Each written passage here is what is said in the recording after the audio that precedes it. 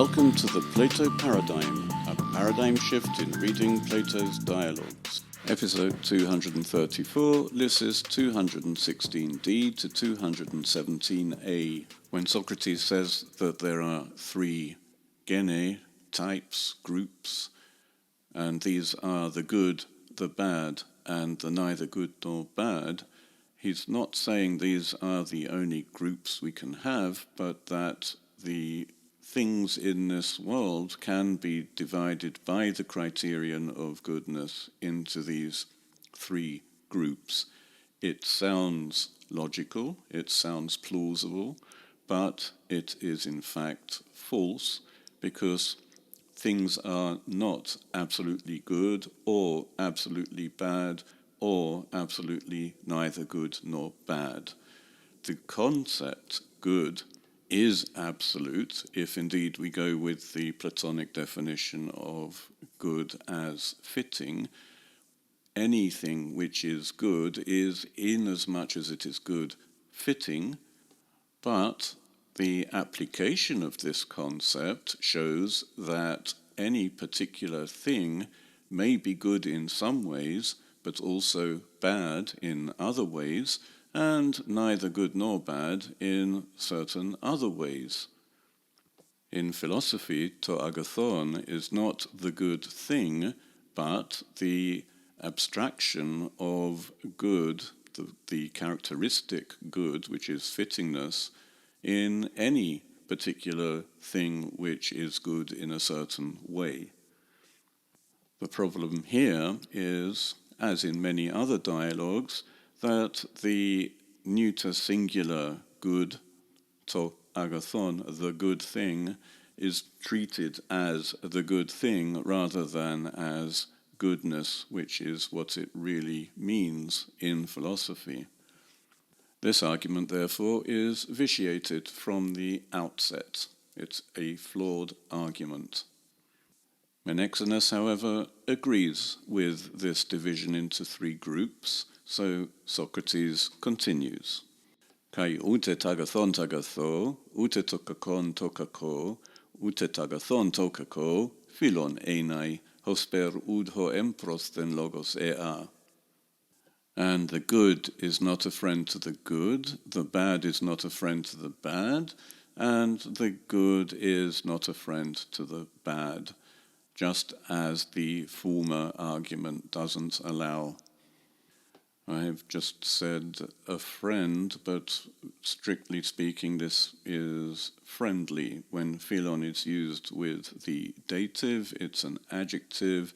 When philon is used with a genitive of, then it really is a noun. So friendly to or a friend of. And here Socrates has been saying friendly to. The good isn't friendly to the good, the bad isn't friendly to the bad, and the good isn't friendly to the bad. The point is that the adjective and the noun are the same form, philon, and there's no reason to believe that Menexenus would distinguish between them. He simply hears philon. The main problem, of course, is that Socrates is not treating these concepts as concepts, but as particular things. He's not talking about goodness, but the good thing. It's only the good thing which can be conceived as friendly to another good thing or a bad thing. The good itself, which is fittingness, should not be considered friendly in any way. The former argument Socrates is referring to here is the entire argument whereby the friendly is not of like to like or of opposite to opposite. He had two examples of like to like, in other words, good to good and bad to bad, and one example, obviously, of opposites, good to bad. Once the major mistake has been made of treating an abstract concept as a particular thing, the rest follows. Lepitaide eperto ti estin philon, to mete agathon mete kakon philon enai, e tu agathou, e tu toiutu hoion auto estin. There remains then, if indeed anything is friendly to something, that the neither good nor bad is a friend either of the good or of such a thing as it is itself. So here Socrates has reverted to philon as friend. He's now using the genitive, the friend of the good, and it sounds quite logical that if the friend cannot be the good of the good, or the bad of the bad, or the good of the bad, then the friend is itself neither good nor bad. And then the next logical step is to consider what this neutral friend is a friend of. And Socrates suggests that it is the friend of the good or the neutral, but not of the bad. He does go on to explain why not. Ugaran puto kako philon antigenoito. Alethe. For I suppose it would not be friendly to the bad. True. There's actually no reason why the neutral should not be a friend to the bad, but Menexenus is happy with this idea. He would not like to be a friend of someone bad or friendly to someone bad. Socrates, by the way, has reverted to friendly by using the dative, friendly to the bad. The original reason for rejecting the bad as a friend is that one wants a friend who is useful or even beneficial, and a bad person would be harmful. But here, Socrates is suggesting that the person who is a friend will not be a friend to the bad person, which is the reverse of suggesting that the friend would be the bad person. Logically, the beneficial friend would be most beneficial to someone who was least beneficial. We might think, for example, of parents who are most beneficial to their children who are the least beneficial. I suggest that Menexenus agrees with what Socrates said because he still thinks of friendships in terms of what other people can do for him, and he doesn't want harmful people who clearly wouldn't benefit him, to say the least. It seems that Menexenus shares with Lysis this basic assumption that a friend should be the other person who should be beneficial to them. They don't think about themselves as friends to others. Socrates is now reaching his conclusion. It isn't eristic. He's not going to make people laugh at Menexenus, but I would say that it is sophistic. This is a terrible conclusion.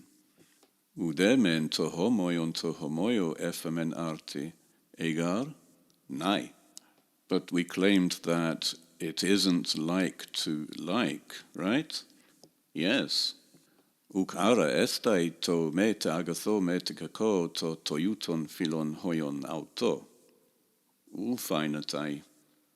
So to the neither good nor bad, such a thing itself won't be friendly. It doesn't appear. What Socrates has just said is that the neutral won't be friendly to the neutral, since like is not friendly to like, as they have already shown in previous arguments. To agatho ara to meta agathon metakakon monon sumbaine gignos thai philon, ananke hos eoiken. So it follows that only to the good the neither good nor bad is friendly. Necessarily, so it seems. The neutral isn't friendly to the bad simply because they don't feel like it. There has been no argument to that effect. The neutral isn't a friend to the neutral because like isn't a friend to the like, and therefore the neutral is friendly to the good. This is the only option left to them. We could already say, following a previous argument, that the good doesn't require a friend because they have always treated friendship in a utilitarian way here. A friend is supposed to benefit, but a good thing doesn't require any benefit. It's already good. Therefore, this relationship is redundant. The neutral cannot be a friend to the good. But Socrates doesn't say that here. Menexenus doesn't raise the problem at all. He is passive completely. He doesn't think for himself. Since Menexenus is passive, Socrates, I presume, will carry on with doing all of the work. He will criticize the conclusion they have just come to, and presumably Socrates will end up refuting even this, which would lead us to an aporia, a lack of answers regarding the nature of friendship. It would be tempting to say, and it has been said, that Plato is a skeptic and he has no firm opinion about anything because, as we have just seen in this argument, none of the options is satisfactory, so we don't know who would be a friend to whom. This, however, is an illusion. The entire argument is fallacious. It's deliberately fallacious. We have seen all the time Socrates playing with words and with constructions. He is making no attempt to deal with the problem in a philosophical way, at least not in a formal way. It may be philosophical in another sense. It seems to me that Socrates is simply trying to get the boys to begin to think critically. And the first step in making people think critically is causing them to become puzzled. Ironically, in a Platonic dialogue, the boys can't become puzzled because evidently, for one reason or another, they represent people who do not become puzzled. A Platonic dialogue is not like a modern novel. There is no character development.